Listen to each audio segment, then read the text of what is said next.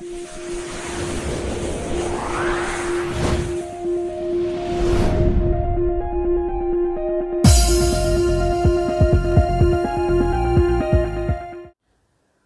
Morning to everyone. तो आप लोग कैसे हैं? आई होप कि आप लोग बहुत ही अच्छे होंगे।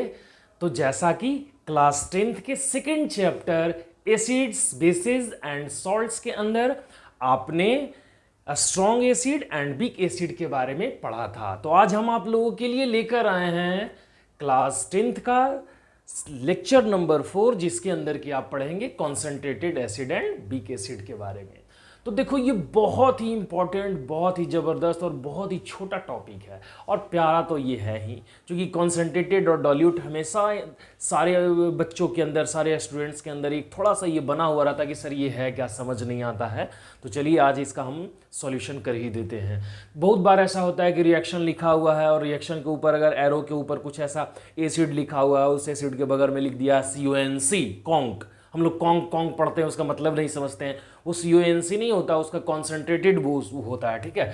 मतलब कि कॉन्सेंट्रेटेड को हम लोग क्या लिख सकते हैं, CONC कहीं भी लिखा हुआ रहता है। और डाइल्यूट का लिखा रहेगा DIL।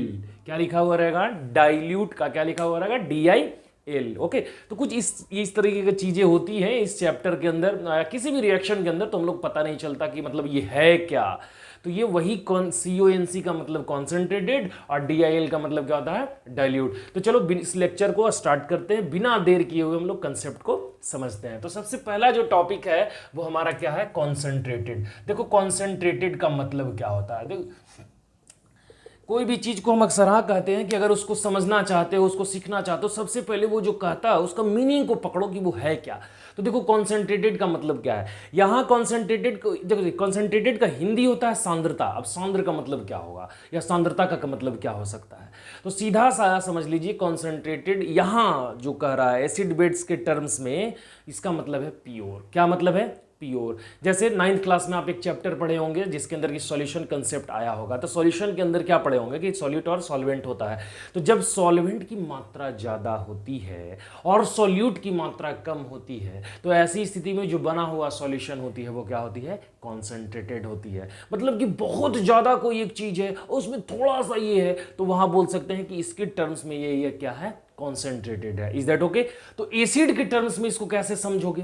तो देखो क्या करेंगे, हम लोग एसिड ले लिए और इधर वाटर ले लिए। क्या ले लिए? एक साइड एसिड और दूसरे साइड वाटर, ठीक है। लेकिन एसिड का अमाउंट जो है वो बहुत ज्यादा ले ले। क्या ले ले? बहुत ज्यादा। और वाटर की अमाउंट थोड़ा सा ले, और इस वाटर को इस एसिड के अंदर मिला दो। तो अगर थोड़ा वाटर मिलाओगे इस एसिड के अंदर, तो बोलोगे ये कैसा एसिड है? कॉन्सेंट्रेटेड। मतलब कहीं ना कहीं एक ही चीज निकल के आ रहा है कि कॉन्सेंट्रेटेड का मतलब हो रहा है प्योर। क्या हो रहा है? प्योर। मतलब जो जितना ज्यादा प्योर होगा, जो जितना ज्यादा प्योरेस्ट फॉर्म में होगा, उसको हम लोग क्या बोलेंगे कि वो क्या है? कॉन्सेंट्रेटेड है। Is that okay? तो हम लोग इसको क्या डिफाइन कर सकते हैं कि when amount of acid are lie more than क्या? Water, more than water, then it is known as what? Concentrated acid. क्या कहेंगे? Concentrated acid. जैसे मान लो कि 85% से मान के चलो कि अगर 85% अगर ये क्या है? एसिड है, ठीक है। तो 85% से मान लो कि अगर 99 तक रहता है, या 100 लेके ले लेते हैं हम लोग इसको, 100% तक अगर क्या है, मतलब नहीं 99 तो रखो ही इसको, 99% तक क्या है? एसिड है, ठीक है।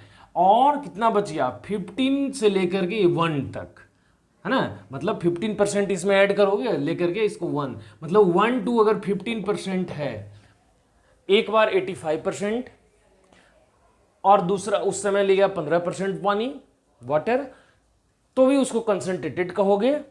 और अगर 99% एसिड है और 1% वाटर है, तो भी उसको कंसंट्रेटेड एसिड ही कहोगे, ठीक है। मतलब थोड़ा वाटर है और ज्यादा एसिड है, एसिड की अमाउंट ज्यादा होनी चाहिए, वो कॉन्सेंट्रेटेड हो जाएगा। Is that okay? बिल्कुल। Any problem? नहीं। इसके बाद हम लोग समझते हैं डाइल्यूट क्या है। डाइल्यूट, तो देखो डाइल्यूट क्या होता है। डाइल्यूट के लिए जो हम लोग वर्ड यूज करेंगे वो DIL का वर्ड यूज करते हैं।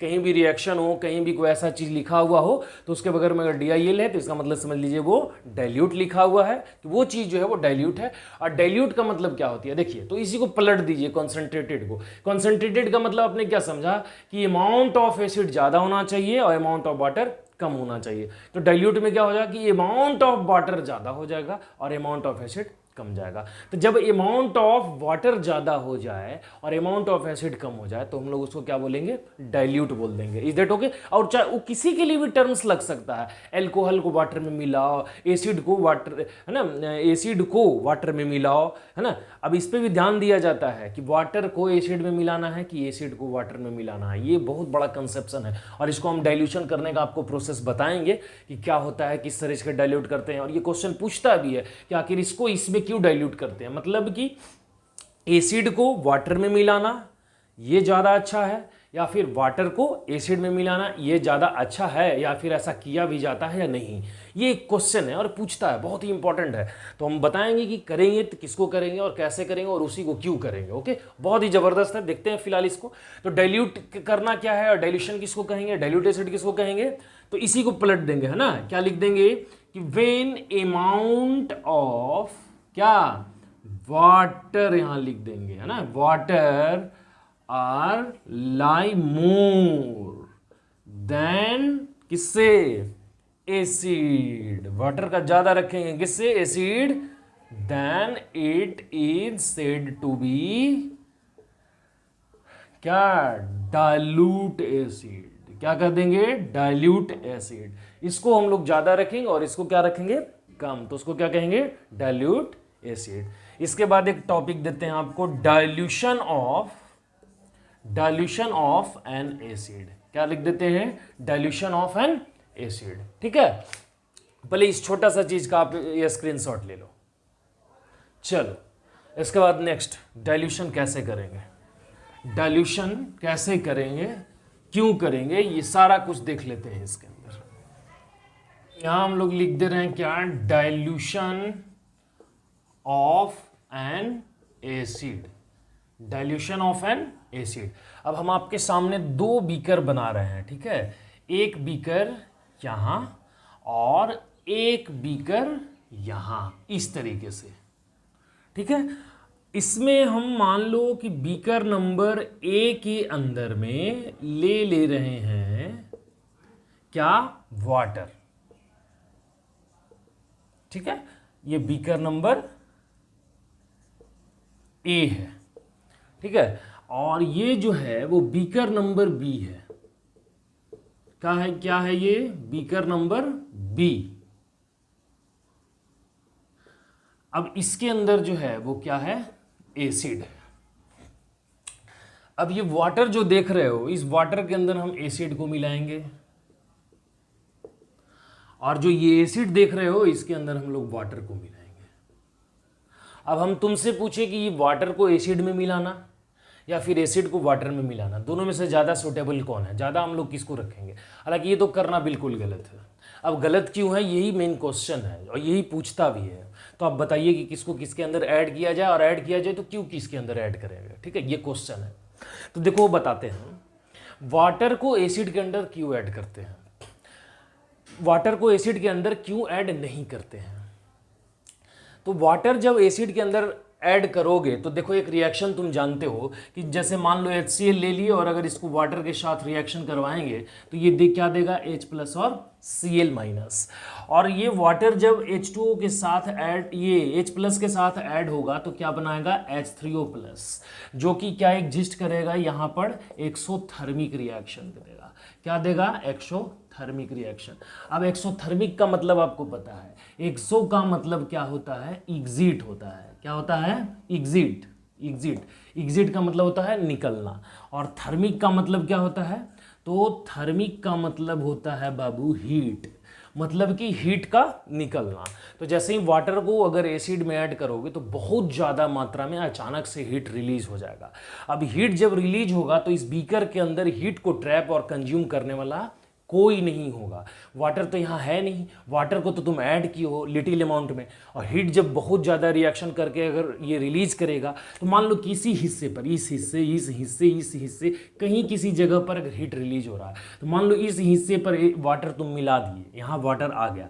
अब जैसे ही वाटर ये आएगा तो ये बहुत ज़्यादा हीट रिलीज करेगा एसिड, तो कुछ एसिड तो स्प्लैश आउट होगा, मतलब कुछ तो एसिड बाहर में आएगा, लिख देते हैं कैम आउट, है ना, कैम आउट, कुछ तो बाहर आएगा। अगर आप फेस ऐसे करके मिला रहे तो सारा फेस जल सकता है, जो क्लॉथ होगा बिल्कुल स्पॉट पड़ेगा, उस पर दाग पड़ेगा, साथ ही साथ जल भी सकता है। लेकिन जो बहुत ज़्यादा हीट होगा उसके कारण ये बीकर भी स्प्लिट कर जाएगा। क्या करेगा? स्प्लिट करेगा, ब्रेक डाउन। ये ब्रेक डाउन मतलब क्या होगा? टूट जाएगा। तो कुछ एसिड इससे भी बाहर आ सकता है, मतलब कि ये डेंजर है। क्या डेंजर है? वाटर को एसिड में मिलाना, ये बहुत ही डेंजर है। ठीक है, अब हम लोग एसिड को वाटर में मिलाते हैं, तो जैसे ही तुम एसिड को वाटर में मिलाओगे तो रिएक्शन यही होगी। कोई भी एसिड लोगे तो सेम रिएक्शन नहीं होगा, केवल एसिड का रिएक्शन चेंज करेगा, पर हीट रिलीज होगा ही, और हीट रिलीज होगा तो यहाँ हीट को ट्रैप करने वाला ऑलरेडी वाटर मौजूद है। तो जितना भी हीट रिलीज होगा वो सारा कंज्यूम कर लेगा। कौन? वाटर। तो वाटर जब कंज्यूम करेगा तो रिएक्शन तो एक्सोथर्मिक रहेगा नहीं, हालांकि एंडोथर्मिक नहीं होगा, हीट गेन नहीं कर लेगा, लेकिन अगर हीट रिलीज भी होगा तो उतना ज़्यादा हीट रहने नहीं देगा वहाँ, सारा हीट वाटर एब्जॉर्ब कर लेगा। तो सारा वाटर एब्जॉर्ब कर लेगा, तो ऐसी स्थिति में कोई भी नुकसान बीकर को होने वाला नहीं है। तो ये जो वो है गुड तरीका है, और ये आप नहीं कर सकते हैं। तो एग्जाम यही पूछता है कि हम लोग वाटर को एसिड में क्यों नहीं मिलाते हैं, और एसिड को ही हम लोग वाटर में क्यों मिलाते हैं। तो इसका रीजन लिखेंगे। क्या लिखेंगे? कि यहाँ जो है एसिड जब वाटर में मिलाते हैं तो वाटर जो होता है वो कूलिंग इफेक्ट प्रोड्यूस करता है, और it produces a cooling effect due to which all heats are consumed by the water, so beaker are safe and we can not injured, हम लोग इंजोर्ड नहीं हो सकते हैं और नहीं होंगे, we will not injured। अब यहाँ क्या है? यहाँ जो है वो हम लोग इंज्योर हो सकते हैं, क्योंकि lot of heat is splayed out from the beaker, so we can suffering from severe burn, है ना, एनी टाइप्स ऑफ। बहुत सारा इसका ये है कि सेवर बर्न मतलब कि जल सकता है, या फिर स्पॉट बहुत सारा दाग पड़ सकता है ना। तो इस कारण से हम लोग इसको नहीं मिलाएंगे, क्योंकि बहुत ज़्यादा हीट प्रोड्यूस करता है। तो आपको हम यहाँ एक शॉर्ट पॉइंट लिख देते हैं, क्या? कि ड्यूरिंग एडिंग ऑफ एसिड, ठीक है ना, ड्यूरिंग डाइल्यूशन लिख देते हैं, during dilution of acid, always acid should be added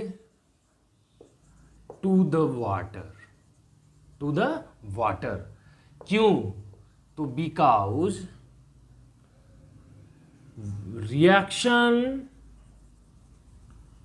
of acid and water is exothermic. क्या है? Exothermic. So heat and acid both are splash out from the beaker, from the what बाबू? इसको थोड़ा और बढ़ा लेते हैं, beaker, and be can suffer from severe burn, severe burn, है ना, हम लोग जल सकते हैं। इस कारण से हम लोग क्या करेंगे? एसिड को वाटर में मिलाएंगे, वाटर को एसिड में नहीं मिलाएंगे। ठीक है। अब बहुत लोगों का क्वेश्चन ये रहता है कि क्या सर कॉन्सेंट्रेटेड एसिड ही डाइल्यूट होता है, या फिर ये कॉन्सेंट्रेटेड ही एसिड जो है वो स्ट्रॉन्ग एसिड होता है? पर ऐसा नहीं है। आप इसका स्क्रीनशॉट ले, हम बताते हैं।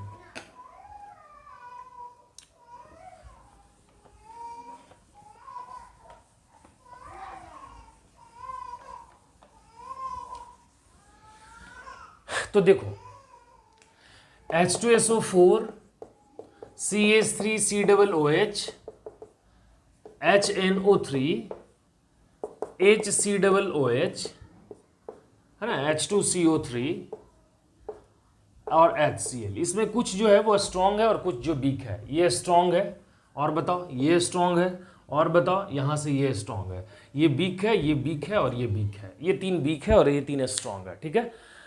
तो स्ट्रॉन्ग और वीक होना ये एक अलग बात है, और कॉन्सेंट्रेटेड एंड डाइल्यूट होना अलग बात है। कॉन्सेंट्रेटेड का मतलब कि वो एसिड, कौन सा एसिड, वो हो सकता है कि वो स्ट्रॉन्ग और वीक दोनों हो, वो शुद्ध है। वंस अगेन लिसन केयरफुली, कि कॉन्सेंट्रेटेड का मतलब है प्योर। अब प्योर तो प्योर क्या हो सकता है, प्योर तो स्ट्रॉन्ग एसिड भी हो सकता है और वीक एसिड भी हो सकता है। तो स्ट्रॉन्ग और वीक दोनों हो सकते हैं कॉन्सेंट्रेटेड, ओके। और डाइल्यूट का मतलब क्या हो रहा है कि उसमें थोड़ा वाटर मिला हो, थोड़ा नहीं मतलब वाटर की अमाउंट ज़्यादा है। तो स्ट्रॉन्ग एसिड में भी वाटर का अमाउंट ज़्यादा हो सकता है और डाइल्यूट एसिड के अंदर भी वाटर का अमाउंट ज़्यादा हो सकता है।